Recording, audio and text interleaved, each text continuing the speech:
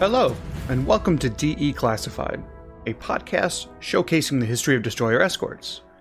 Each month, a member of Slater's education crew will highlight a specific destroyer escort and share the stories of the sailors who served aboard these trim but deadly ships.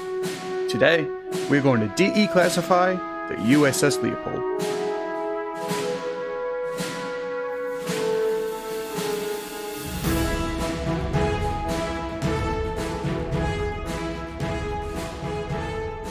My name is John Epp, and I'm a tour guide aboard USS Slater in Albany, New York.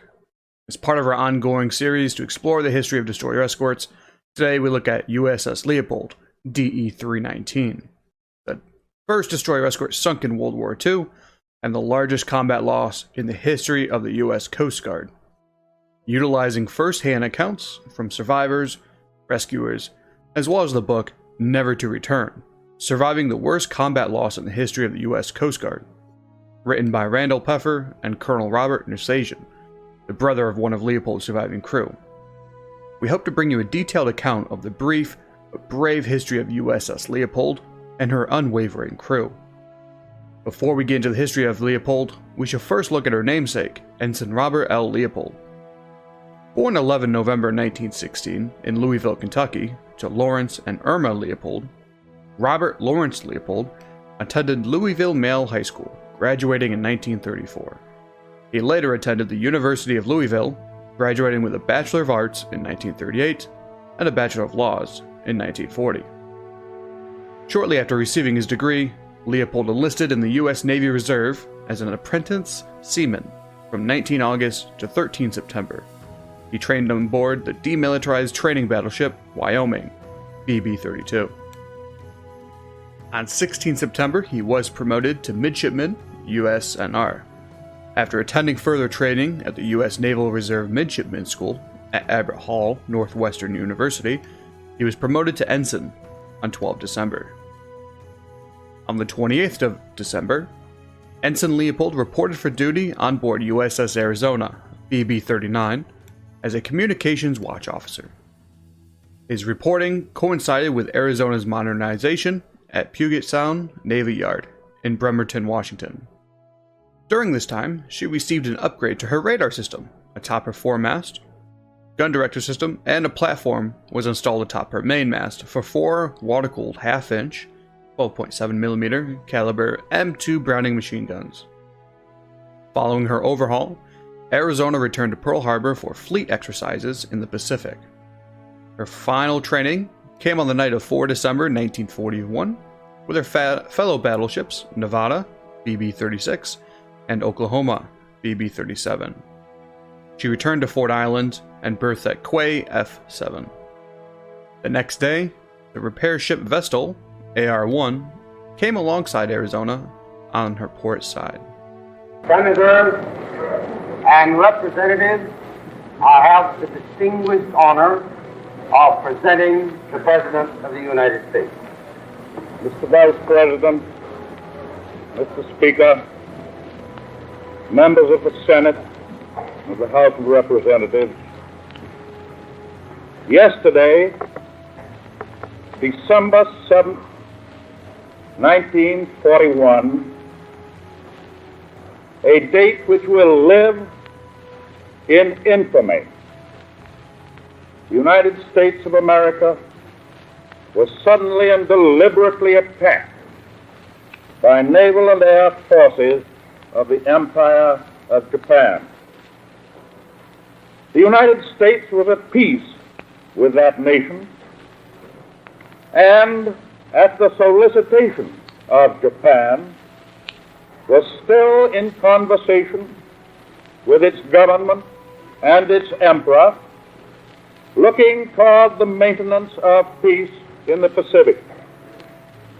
Indeed, 1 hour after Japanese air squadrons had commenced bombing in the American island of Oahu, the Japanese ambassador to the United States and his colleagues delivered to our Secretary of State a formal reply to a recent American message.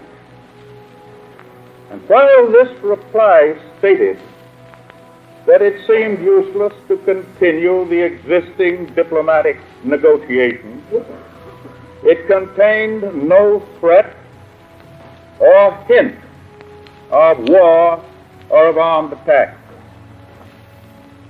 It will be recorded that the distance of Hawaii from Japan makes it obvious that the attack was deliberately planned many days or even weeks ago. During the intervening time, the Japanese government has deliberately sought to deceive the United States by false statements and expressions of hope for continued peace. The attack yesterday on the Hawaiian Islands has caused severe damage to American naval and military forces. I regret to tell you that very many American lives have been lost. In addition, American ships have been reported torpedoed on the high seas between San Francisco and Honolulu.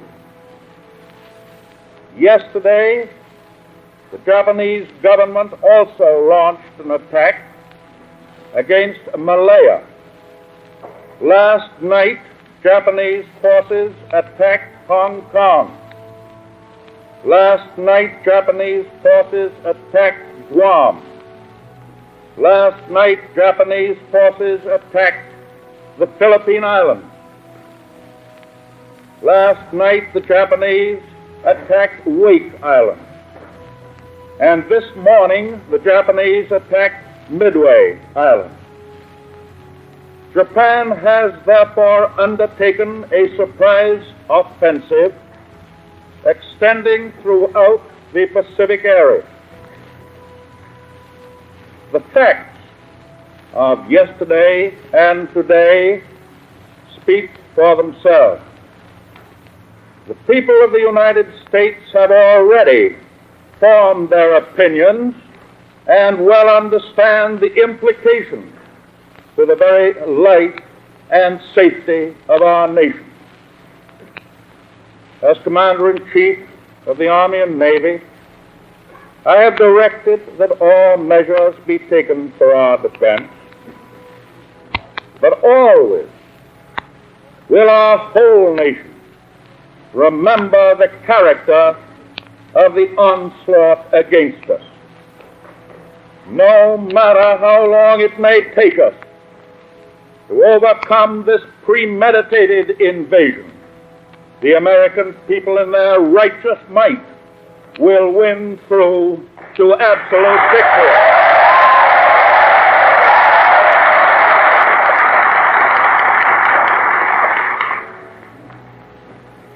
I believe that I interpret the will of the Congress and of the people when I assert that we will not only defend ourselves to the uttermost, but will make it very certain that this form of treachery shall never again endanger us. Hostilities exist. There is no blinking at the fact that our people, our territory, and our interests are in grave danger. With confidence in our armed forces, with the unbounding determination of our people, we will gain the inevitable triumph, so help us God. I ask that the Congress declare that since the unprovoked and dastardly attack by Japan on Sunday, December 7th, 1941, a state of war has existed between the United States and the Japanese Empire.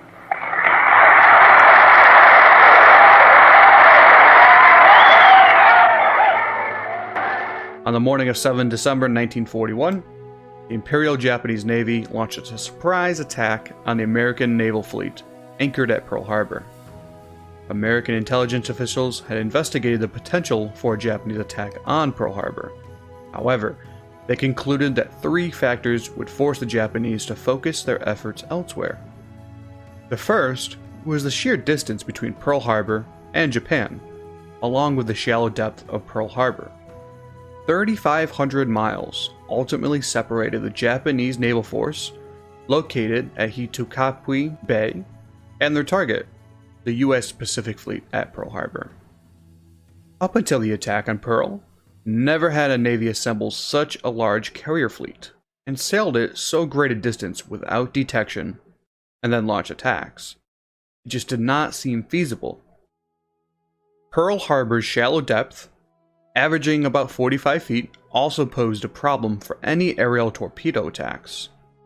Japanese aerial torpedoes weighed nearly 2 tons, and when dropped from an airplane, impacted the water at speeds approaching 200 miles per hour. With this amount of kinetic energy, the torpedo would barely slow as it plunged below the waves and would in fact continue sinking until it reached nearly 150 feet underwater before it was forced back up towards the surface. Pearl's shallow depth meant traditional aerial torpedoes would need to be modified. Japanese engineers accomplished this by attaching wooden fins to the tail cone, which force a torpedo's nose to pitch upward, reducing how much it plunged. Metal fins, acting as ailerons, were also attached to each side of the torpedo, and were controlled by a gyroscope. These fins helped stabilize the torpedo in the water to prevent serious rolls. A typical solution was just to load the explosive payload in the bottom of the torpedo, leaving the upper section empty. This is how many ships are built to prevent capsizing by maintaining as low a center of gravity as possible. But by leaving a portion of the torpedo empty, you lose explosive potential. The second reason intelligence officials believed that would prevent Japan from attacking Pearl Harbor was the belief that Japan would be preoccupied elsewhere. Events leading up to the surprise attack on Pearl Harbor can be traced back to the Spanish-American War, in which the United States colonized the Philippines and Guam. This territorial expansion spooked Japanese leaders who had only decades prior opened their country to the global market. If they remained weak, they may potentially become occupied by a greater power. It is during this period, 1900 to 1941, when Japan aggressively modernizes and expands their military infrastructure. Their expansionist endeavors into China conflicted with Russian, British, and American interest in the region. Following their conquest of Manchuria and subsequent withdrawal from the League of Nations in March of 1933, Japan aggressively increased the size of their military and territory.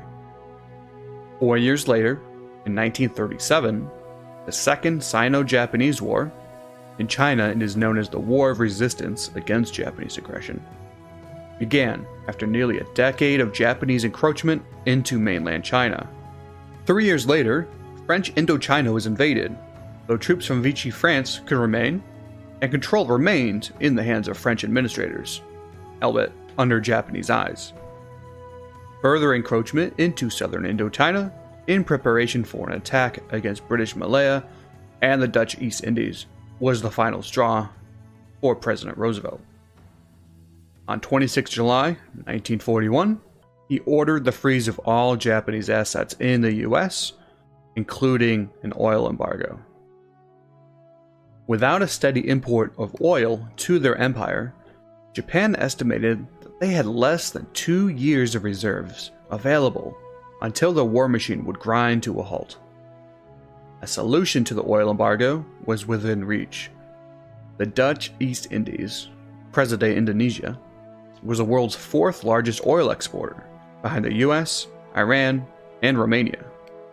With 80% of the oil cut off, Japan prepared for an invasion of the Dutch East Indies. However, the US continued to be a thorn in their side. To transport the oil from the Dutch East Indies to mainland Japan, ships would need to navigate past the Philippines, in American territory. Surely, US ships would form a blockade and prevent the oil from reaching Japan. It was decided the Japanese would need to destroy the US Pacific Fleet at Pearl Harbor.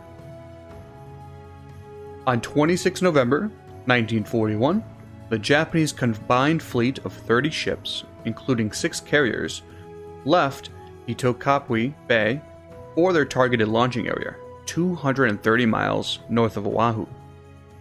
Devised by Admiral Isaraku Yamamoto, the former Harvard student and Japan's naval attaché to Washington, he entrusted the operation into the capable hands of Vice Admiral Chuichi Nagumo. Operating under strict radio and radar silence, the fleet of warships crept across the Pacific under strict orders to sink any ship that they intercepted. Now, it is possible the fleet intercepted the Russian merchant ship Aritsky, carrying US supplies to aid Russia's war with Germany. However, the validity of this encounter has come under scrutiny in recent years, and there exist few sources validating the encounter. Nevertheless, the strike force reached their target destination undiscovered and began launching the first of their 420 aircraft and 5 miniature submarines. First visual contact was made at 0350, less than 2 miles southwest of Pearl's entrance, by the Coast Guard ship Condor. 7 minutes later, the destroyer USS Ward, DD-139, began patrolling the harbor, and at 0637, spotted a periscope and began a depth charge attack. At 0740, a report was sent to Admiral Husband Kimmel's office about the submarine contact, but nothing seems to have come from it. Radar operators spotted the formation of Japanese aircraft just before 0800, but were told it was most likely a squadron of B-17s that were scheduled to arrive later that day. At 0755, the aircraft was correctly identified, and the Navy Yard signal tower sent out the frantic message, quote, "Enemy air raid, not drill," end quote. The attack on Pearl Harbor had begun.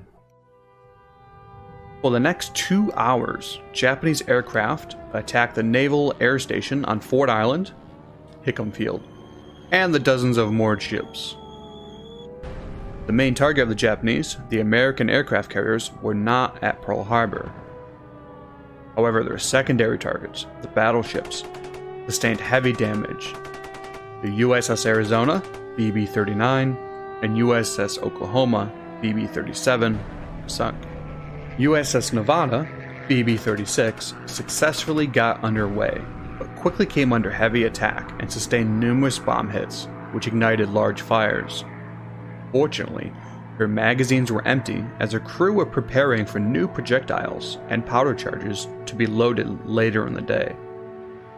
Her commanding officer, Francis M. Scanlon, realized that escaping to sea was fruitless for his ship, because if it was sunk, it'd be sunk in deep water. But if he stayed in Pearl's channel, he risked blocking it for other ships. It was decided to run the ship aground off Hospital Point at 10:30. With clear skies declared at 1000, over 2,400 people lay dead, including dozens of civilians. In recognition for his sacrifice, the Secretary of the Navy, Frick Knox, announced that one of the Navy's newest ships would be named after Ensign Leopold. Leopold's hull was laid down 24 March 1943 by Consolidated Steel Corporation and launched 3 months later on 12 June. She would be commissioned 9 October. Ensign Leopold's sister, Helen Leopold, sponsored the ship, with Lieutenant Commander Kenneth C. Phillips, United States Coast Guard, assumed her command. Arriving in Orange, Texas, September of 1943, the crew of Leopold unloaded their sea bags from the troop train that had shuttled them across the country for days. The following is taken from Never to Return. One of the sailors asked, quote, "Where's the ocean?" "It's a river," says a Marine gunnery sergeant who has stepped off the lead bus. "The Sabine River, Swabbies. Welcome to Orange, Texas. It looks like the end of the world, says one of the guys with a New York accent. Maybe Harry Dobb or Barney Olson. Get your sorry asses on the buses, says the Marine. Time and tide, wait for no man. End quote. USS Leopold DE-319 completed her shakedown cruise in early December. Her crew of inexperienced teenagers became familiar with the ship's 3 3-inch 50 caliber deck guns, her 2 40mm Bofors anti-aircraft guns, the 8 20mm Oerlikon anti-aircraft guns, as well as her 3 torpedo tubes, 8 depth charge projectors, and 2 depth charge racks. The day before Christmas, she joined Escort Division 22, Court Div 22, Task Force 61, escorting convoy USG 68, which consisted of over 100 ships, across the Atlantic, arriving at Casablanca in French Morocco on 11 January 1944. 2 days later, she departed for the Straits of Gibraltar, where she conducted anti-submarine patrols while waiting for further convoy duty. On 16 January, she departed the Straits with convoy GUS 27, arriving at the New York Navy Yard on 5 February. During the return trip, the convoy encountered one of the Atlantic's notorious winter storms. 40 to 65-foot waves with rolls of 45 degrees were recorded, and the ship would earn her affectionate nickname, Leapin Leo. After undergoing repairs and replenishment, she underwent further training at Casco, Maine, after which she rejoined Escort Division 22, escorting ships to the United Kingdom. She joined fellow DEs Poole, DE-151, Peterson, DE-152, Arvidsson, DE-316, Joyce, DE-317, and Kirkpatrick, DE-318, on 1 March. All 6 of these DEs were Coast Guard manned, though the vessel was officially U.S. Navy. This convoy of 27 tankers and freighters, heading for Londonderry, England, would be Leopold's last. In command of the task group, or CTG, was Captain William Kenner, who chose Poole as his flagship. On the morning of 9 March, Kenner ordered Leopold to switch positions with Kirkpatrick to Station 5, astern of Joyce. Leopold was the only ship in the convoy with a HFDUF, high-frequency direction finder, which was used to intercept U-boat communications. The day prior, Leopold had successfully located a U-boat believed to now be on the convoy's starboard flank. At 1950, on the evening of 9 March, Leopold made radar contact with a German submarine at a range of 8,000 yards. Immediately, a voice chimed in over the 1MC, ordering all crew to general quarters.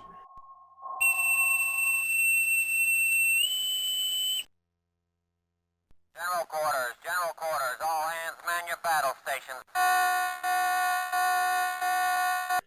Air and sea temperatures barely registered above freezing as Leapin Leo's crew made their way to their stations, something they had trained countless times before.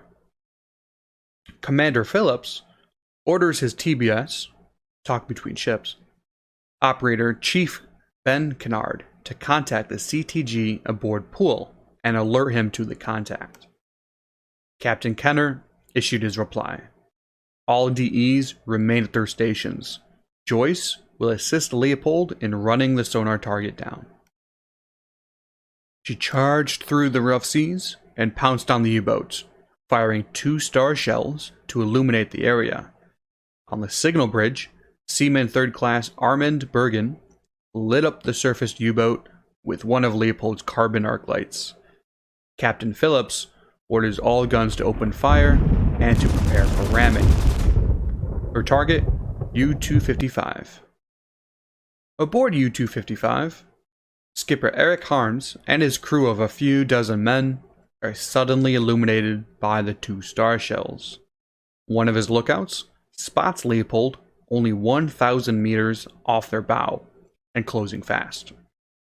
Harms orders a crash dive and the firing of a T-5 acoustic torpedo. Leopold was closing distance at such a great speed that there was no time to calculate proper firing solutions for a typical torpedo. The T-5 would charge in the direction it was fired, searching for sounds. Ideally, they would latch onto the sound of a ship's propellers and disable it. In a worst-case scenario, it would miss, only to turn around and fixate on the submarine's own propellers. Tonight, however, the T-5 would find its mark. About 30 seconds after firing, a deafening explosion is heard and felt by U-255's crew as they slipped past the 80-meter mark. Less than 600 meters away, Leopold is struck and begins to break apart. The time is 2000 hours. Leopold's crew was immediately thrown into darkness. The torpedo struck just forward amidships, nearly severing the mighty ship in two. The hull extends the entire length of the forward engineering space, B1, all the way through the main deck, causing some of the watertight hatches to be blown open, allowing thousands of gallons of seawater to flood Leopold. On the flying bridge, Leopold's officers struggled to make sense of what had occurred. One of them was the ship's executive officer, Lieutenant Burtis P. Cohn. Lieutenant Cohn enlisted in the Coast Guard shortly after war broke out, after being denied by the Navy due to his asthma. His father was able to use his connections. The senior Cohn had a manufacturing business which created parachutes, to enroll his son in the Coast Guard's Officer Cadets program. His first ship, the Secretary-class United States Coast Guard cutter Bib, WPG-31, escorted the slow merchant ships bound for the cold waters of Norway and the port of Murmansk to aid the Russian army battling the German invasion. Prior to the war, Cohn had lived a life of relative luxury compared to his Leopold shipmates. He had been born into a wealthy Virginia family and spent most of his summer in Horse Point, Virginia, where the family had a small farm. Boating and fishing kept Pete busy and allowed him to learn the ins and outs of the water, a skill which would prove invaluable for him during the war. Within our special collections aboard USS Slater is some of Lieutenant Cohn's personal effects, including numerous letters he exchanged with his family in the months leading up to that fateful March night. In many of his letters, Lieutenant Cohn urged his mother not to worry about him. In a letter dated 9 April 1942, he wrote, "Dear Mother, I got the big box and your letter today. It is swell and thanks so much. I'm about to pop right now from eating. I'm full as a tick. It is really marvelous, and I do appreciate it. It takes an awful long time for mail to get to us, as it has to be transferred and rerouted, etc. I hope it doesn't take as long for my letters to get to you. How is everyone down there? I guess it is pretty warm, isn't it? How is Daddy coming with his parachutes? Have you all heard anything from Horace lately? I haven't. Well, Mother, there isn't much news, and if there were, I couldn't tell you about it, so I'll be signing off. Be good, and don't worry about me, because I'll be all right, and will take real good care of myself.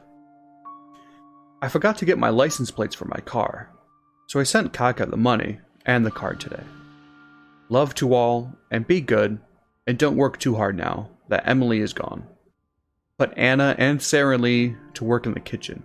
It is time they were learning to keep house anyway. Pete. P.S. Have you seen your Uncle Willie lately? Give him my regards next time you see him." In another letter, dated 30 November 1943, Lieutenant Cohn gives his family a glimpse of what life was like on a tin can in the Atlantic. He writes about sailing through a nasty storm and his fellow officers being seasick. The letter itself is difficult to read due to the ship's roll, resulting in some bad penmanship. Dear Ma, I haven't heard from you in a long time. Why don't you write? This is the first chance I had to mail a letter in a long time. I had a letter from Jane, and one from Anne some time ago.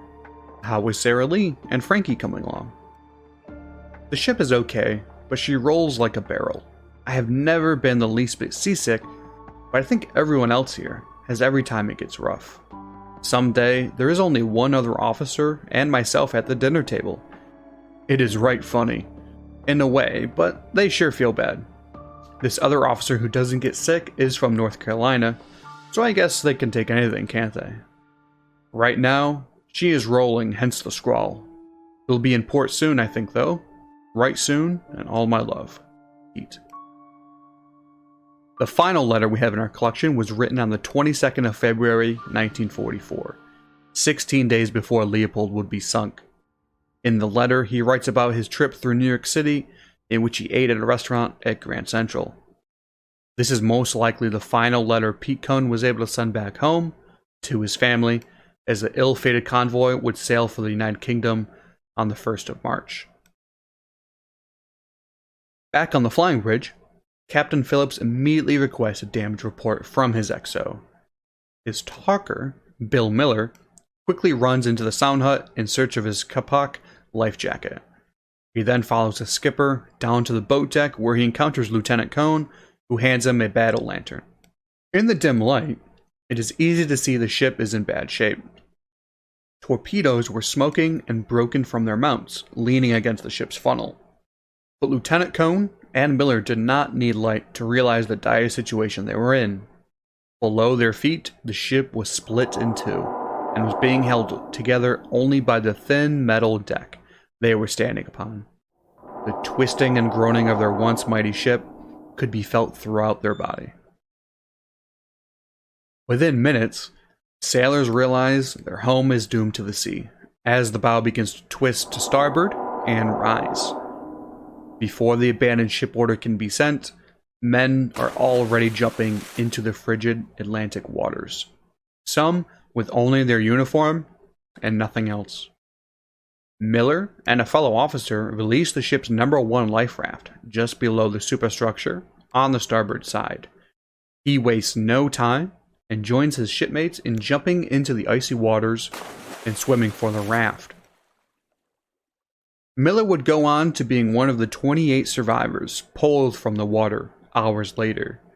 His struggle for survival would involve battling with a wounded shipmate who pulled him out of the raft into the water. His daughter, Pam Miller, recounted a story her father had told her shortly before his death.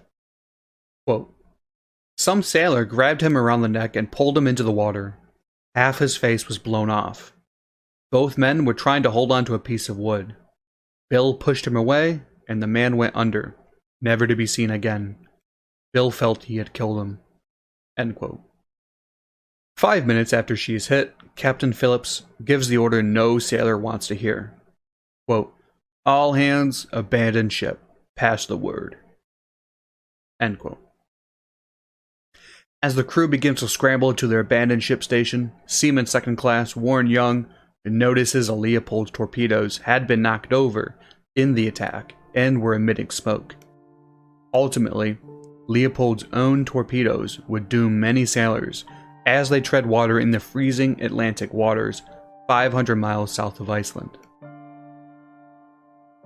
15 minutes after Leopold is torpedoed, her sister ship, Joyce, arrives on scene and notices the extreme damage. Leapin Leo is dead in the water and a twisted mess of steel. Her port screw is completely out of the water as the ship begins to list 15 degrees to starboard. From her bridge, Captain Wilcox and the men of Joyce can see Leopold's crew jumping overboard.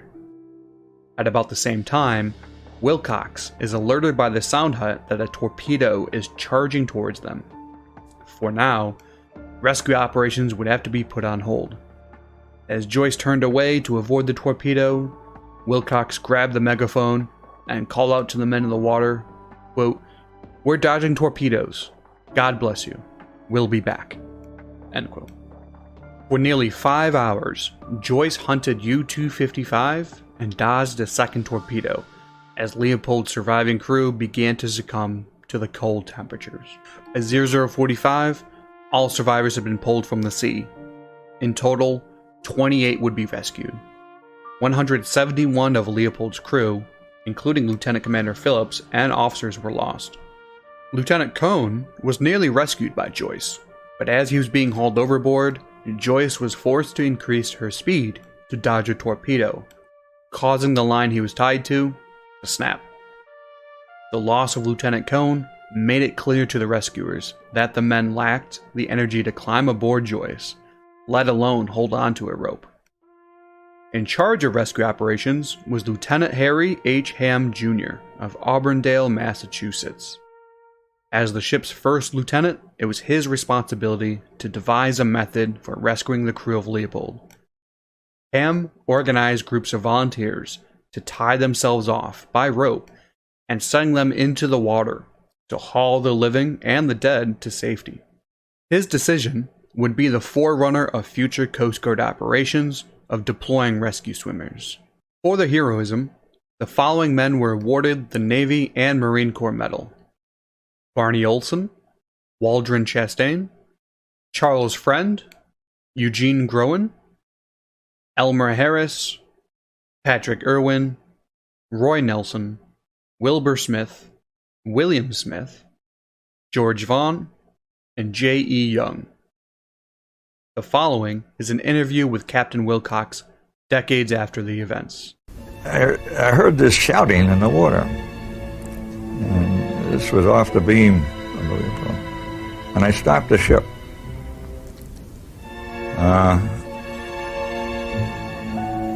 And we drifted down on this floater net.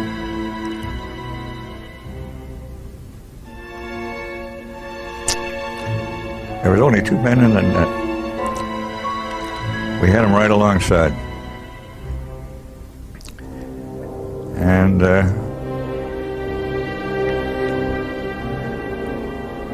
there was a big fat guy. The floater net is mesh. And he had his leg trapped in the mesh. And he couldn't get it out. And we gave him 21 thread line. It's about as big as his finger. And the other man in the net was the executive officer of the Leopold, named Mr. Kahn. And he tied the line around the other guy. Both of them had lines around them. Both lines leading to our people on the deck, and our men were going over the side now to help these guys, climbing down the cargo nets that we put over the side. And this time the lookout, we sang out torpedo, and this was on our port beam, and sonar picked it up in the sound gear. It sounds like almost like a train in a tunnel. And I ordered all ahead flank, full left rudder.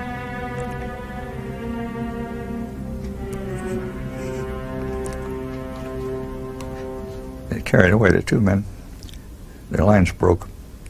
The stern section sank. I guess we were about a mile away. And then there was this mighty explosion. All our depth charges exploded. So, I don't believe we've recovered anyone from this stern section. For nearly 70 years, the story of the Coast Guard's largest combat loss remained the same. While researching his book, Never to Return, Robert Nersajian employed torpedo experts to determine whether U-255 had indeed fired 2 more torpedoes at Joyce. For decades, U-255's crew had maintained that they had only fired the 1 acoustic torpedo as a Hail Mary. With all the information available to them, retired Navy Master Chief Torpedo Men's Mate Wallace Rhodes concluded the most logical explanation for Joyce having to dodge torpedoes was because Leopold was shooting at her. When Leopold went to general quarters, her 3 torpedoes were armed and had their gyro settings programmed to fire off her port side. Joyce was on Leopold's starboard side when the first torpedo was detected by the sound hut. As the ship sank, the already revving engines of the torpedoes forced them to fire as soon as water washed over the deck. The story of the Leopold was finally complete. U-255 continued combat patrols through the end of the war, but Leopold would be the 10th and final ship she would sink. Erich Harms returned to Germany shortly after sinking Leopold and was given a new command, U-3023, a Type 21 U-boat in January of 1945. However, Harms never saw combat again. Shortly after taking command, he and other U-boat skippers disobeyed orders and rescued dozens of civilians from East Prussia as it fell to the Soviets. For the remainder of his life, Harms lived in relative obscurity as he sought to put the war behind him. He returned to the waters as captain of West Germany's first factory trawler before passing away at the age of 69 in 1979. A month after Leopold was sank, Joyce was once again escorting a convoy of ships, including the tanker Pan Pennsylvania, from New York City to England.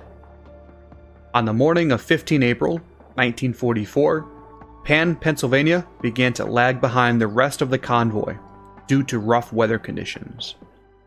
Around 0800, she was hit by a torpedo from U-550. Joyce and 2 other destroyer escorts, Peterson, DE-152, and Gandy, DE-764, began sonar operations but failed to detect the German submarine because it had parked itself directly below the stricken tanker to shield it from the American sonar. But when it attempted to escape, Joyce successfully picked it up and began a depth charge attack, forcing it to the surface. Further depth charges were launched by Peterson, which crippled the submarine. The 3 DEs peppered the wounded submarine with gunfire, so severe it created a crossfire situation, resulting in some of Peterson's crew being wounded by friendly fire.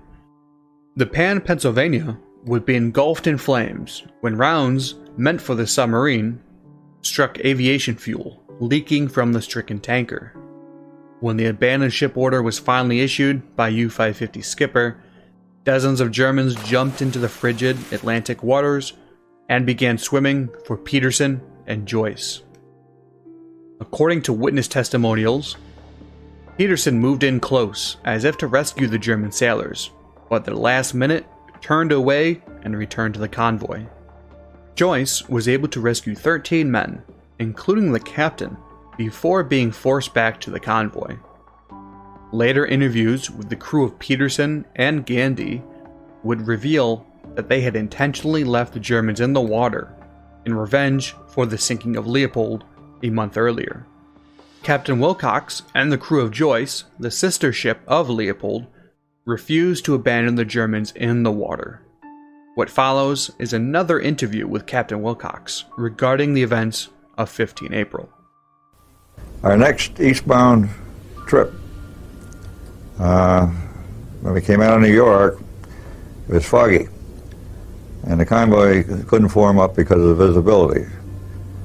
So they would come out maybe 2 ships abreast and form a long line, a sortie, and depending on the width of the channel. And after they got out of the channel, they would then go in their convoy formation. Well, on this particular morning, they couldn't do that right away because of the visibility. And I was designated as tail end Charlie, just to kind of round up any stragglers and see that everybody was coming out and so on. So I was at the tail end of the whole formation. And after they cleared the channel, they started to form up the convoy. And it was slow going because of the visibility. And I heard this explosion, and I knew somebody had been hit. You could see the Pan Pennsylvania. When I could see the Pan Pennsylvania, I could also see two other DEs from our division. One was the Peterson, and the other was the Gandy. Gandy was Navy man, and that was Gandy replaced the Leopold. So they were searching for the sub, and the Pan Pennsylvania people were abandoning ship. As I approached the Pan Pennsylvania, I got a double echo on the sonar. It was a very small differential, about 50 yards. And I evaluated that as wreckage from the tanker. We hit them with our depth charges, and I thought I'd got them after my run. We dropped our die marker, and I'm looking back aft. I told Gandy, who had finished their, well, they weren't in the rescue, gave him, Gandy, the bearing of our die marker and told him to make a run on the submarine. At this time, the submarine was submerged when I told him that. And I'm looking at this green die marker, and pop, right up in that die marker comes this conning tower of this sub. And it's probably one of the happiest occasions of my life. We opened fired. We were at that time about a mile away, and the Gandy was closer. Gandy was heading right for him. I was swinging around in a circle to make another run. And the Gandy rammed us up. And the Gandy suffered some casualties, wounded men. The sub, by the way, the sub opened fire on the Gandy immediately. It was so fast that I thought that gun must have been remotely controlled. They had a pretty well-trained crew. And the Gandy went by, then the Peterson comes along, makes a run, and Peterson dropped depth charges trying to hit the sub. Depth charges set shallow. And then the sub fired a White Berry pistol, which I took as a signal of surrender. And everybody, all the American ships, ceased firing. Well, he was surrounded by three DEs, and our greatest danger was shooting one of our own ships as we were trying to get him. So I figured that was my sub, so I closed him. I was right alongside him. And I had to change the film on the camera. So I never got a picture down the conning tower. I also met it was the engineer officer I met up in New York. He wrote me a letter saying he would like to meet me. And so we had a meeting. And he told me, and this is the first time I learned it, that one of our depth charges landed on the deck of that submarine. And that was damn good shooting. The story of USS Leopold continues to inspire new generations of Coast Guardsmen. Their motto, Semper Paratus, always ready, was embodied by the crew of Leopold until the very end. Her crew was part of the best trained fighting force in the world. They continued their fight after being struck by a torpedo until the order to abandon ship reached them. Leopold's own torpedoes continued the fight even after their human counterparts had made the plunge into the Atlantic, firing off into oblivion, searching for a target. It is considered by many to be a miracle anyone survived the near freezing temperatures of the ocean. For hours, the men battled the urge to fall asleep as their bodies began shutting down. But their training and will to survive, to fight another day, kept them going until Joyce dragged their frozen bodies over her rails to safety.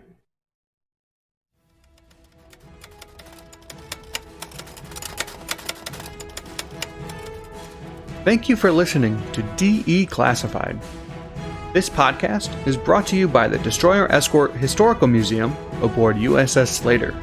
You can find a transcript of this episode, accompanying photos, and a bibliography at ussslater.org/DE-classified. My name is John Epp, and we'll see you next month when we DE classify USS Richard M. Rowell.